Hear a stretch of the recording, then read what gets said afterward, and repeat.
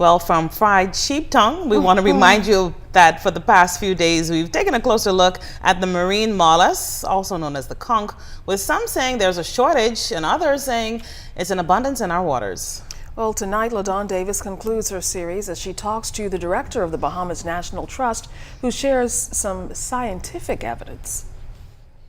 Can you imagine a Bahamas without conch? Probably not. While director of the Bahamas National Trust, Eric Carey, says the iconic culinary delight which some Bahamians can't do without is in serious trouble. Carey says scientists have confirmed to the trust that the amount of conch is much lower in places where there used to be an abundance. Conch are slow-moving species, so if you don't have a certain number, and that number is about 50 conch per hectare. If you don't have more than 50 conch per hectare, the conch won't breed effectively. And if you don't breed, then there's going to be no replenishment.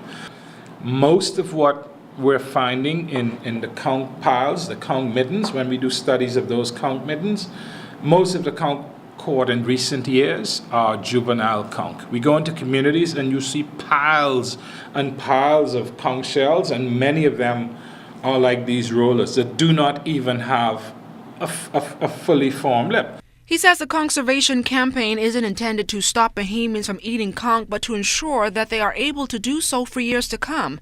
He says several recommendations have already been made to authorities for consideration. So our objective through this campaign is to try and identify what the issues are and then make recommendations along with our partners to government to try and arrest the decline in this important species. And that means stop harvesting juveniles.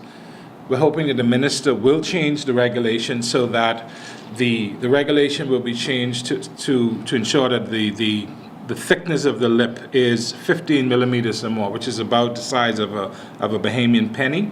Potentially, on the table might be a discussion about protecting conch over critical periods of his life cycle. So that might mean a closed season. It's illegal to harvest conch in the Florida Keys, and as it stands now, more than 1,000 Bahamians have signed a petition that will protect this from happening in the Bahamas. Carey says a recommendation of a conch farm was also made and has potential. However, he says creating them is not the solution to the problem. Conch farms do not work.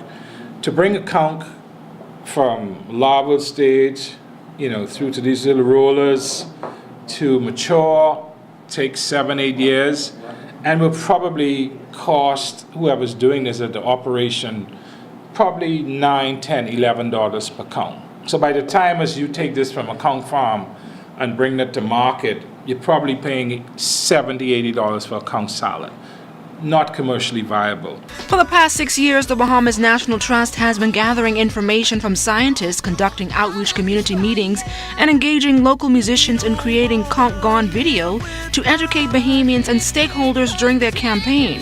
Now, if you wish to sign the petition, you can do so on the BNT Facebook page or go to bnt.bs for more information on conservation.